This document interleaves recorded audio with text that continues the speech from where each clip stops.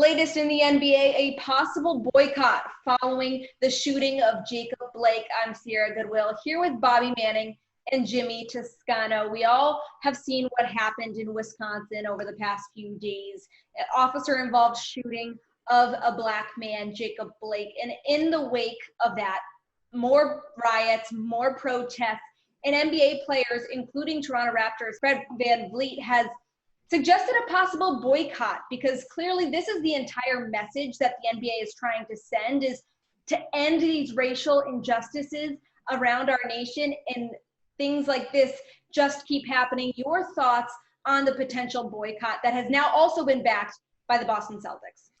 I'll bring it back to Kyrie Irving first, because our good friend Kyrie Irving, and I know we like to have fun with him and all that stuff, the basketball of it. But when it came to the real life implications of going down to Orlando, when everyone was concerned about this, he was the one in the players union as vice president who stepped up and said, this could overshadow the issues. And that directly led to all this campaigning and everything else that we see around the games, which is great. It's a step in the right direction. But I think myself and others feel that's a little superficial.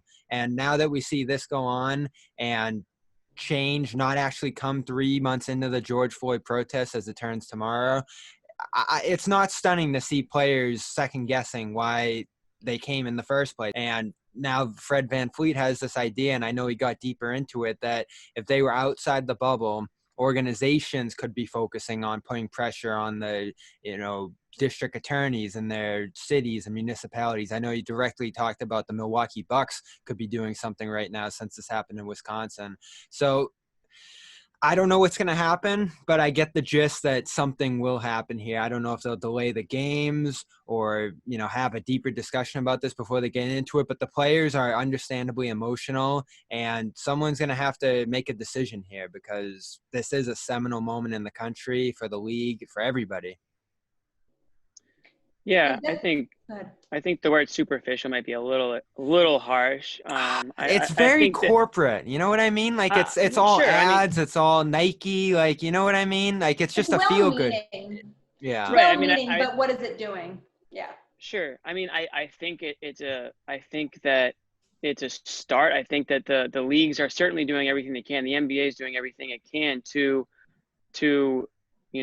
keep this in the forefront of the game, and it's not just basketball, right? I mean, I don't think Fred VanVleet really has a platform to speak today if he's not in the bubble. So while I understand where he's coming from, he wishes he could be out there, on the front lines and doing something about this.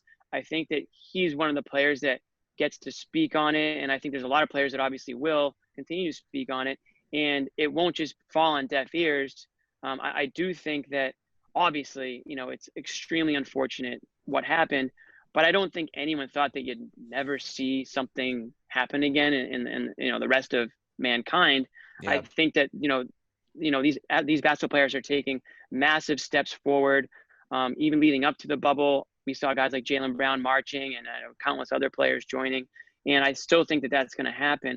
I see where they're coming from. They probably feel like they're trapped, right? They're helpless in this situation.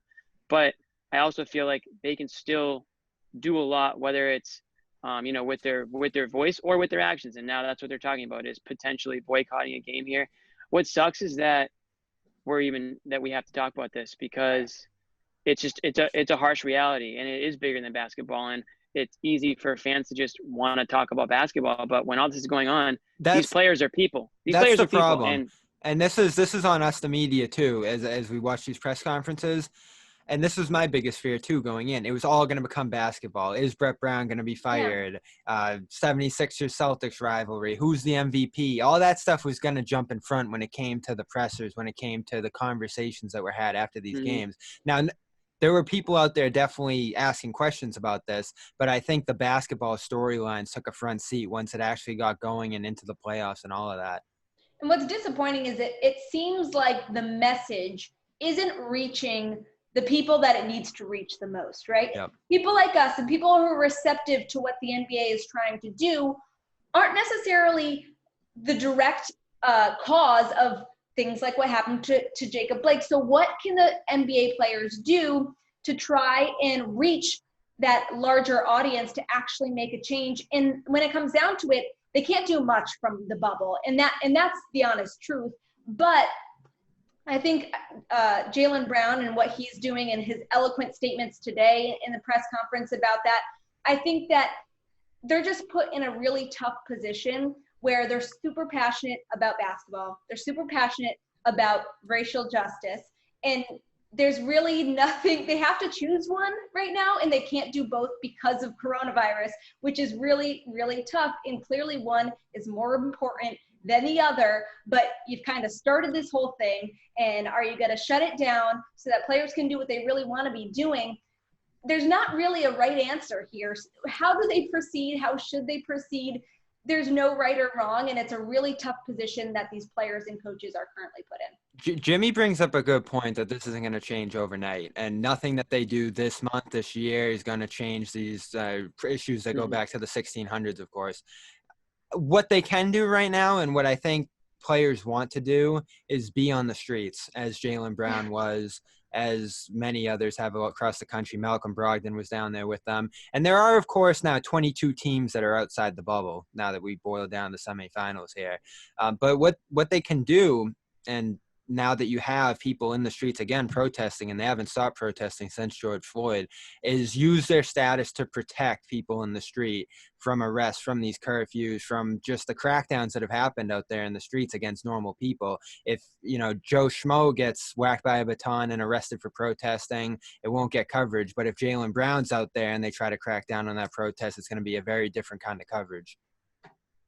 Sure. Yeah. And I think as much as maybe they wish that they could be out there, I still think that they can get their message across and be leaders from behind the camera or from their social media accounts, or, I know it's 2020. I mean, there's plenty of ways for them to continue to feel a part of the movement without necessarily being there or in a specific area. Right. And like, you made a good point. There's way more NBA players out of the bubble than there are in the bubble. So really those players need to work together. They need to communicate. They need to work as one, to do whatever they can to get messages to a higher audience. But as these games, as these teams dwindle down, the games become more important. The messages maybe are heard a lot louder. Maybe networks can do a little bit more during the games or between games, after games, whatever it may be, to keep reminding people that, hey, like, this is a basketball game, but by the way, there's a lot more going on right now that we just want to remind you of. And honestly, like, I've been watching basketball, and sure, we'll talk about the game, but I'm not by any means forgetting what's going on in the real world. And I would hope that a lot of people feel the same way. And I think that a lot of people feel the same way, because people that I talk to, my friends, like, they understand that this is a distraction, but it's not to the point where they are ignoring really what's going on in the world. Well, if you want to hear the Boston Celtics comment on the possible NBA boycott, you can hear from Brad Stevens, Jaylen Brown, Marcus Smart. Find all of those go interviews. Watch Jaylen. You have to watch Jaylen today. Really, really powerful stuff. You can find it on our website at clnsmedia.com, as well as on our YouTube channel at CLNS Media.